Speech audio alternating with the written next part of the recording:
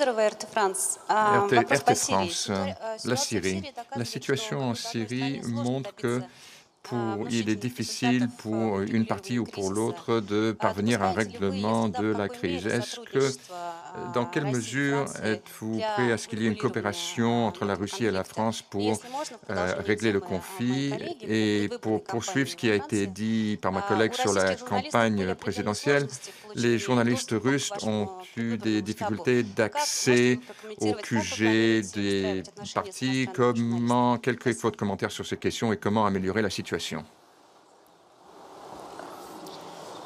Alors, je vais commencer par la deuxième question. J'ai toujours eu une relation exemplaire avec les journalistes étrangers, encore faut-il qu'ils soient journalistes. Et les responsables politiques ont des responsabilités de prendre des décisions, de dire les choses. Quand des organes de presse répandent des contre-vérités infamantes, ce ne sont plus des journalistes, ce sont des organes d'influence. Russia Today et Sputnik ont été des organes d'influence durant cette campagne qui ont, à plusieurs reprises, produit des contre-vérités sur ma personne et ma campagne. Et donc j'ai considéré qu'ils n'avaient pas leur place, je vous le confirme, à mon quartier général. La totalité de tous les journalistes étrangers, y compris russes, professionnels, ont eu accès à ma campagne. C'est simple, les règles sont ainsi, ce seront toujours les mêmes.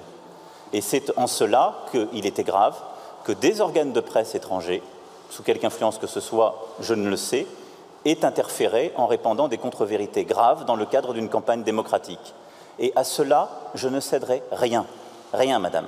Donc on va se dire les choses en vérité, mais Russia Today et Sputnik ne se sont pas comportés comme des organes de presse et des journalistes, mais ils se sont comportés comme des organes d'influence, de propagande et de propagande mensongère, ni plus ni moins.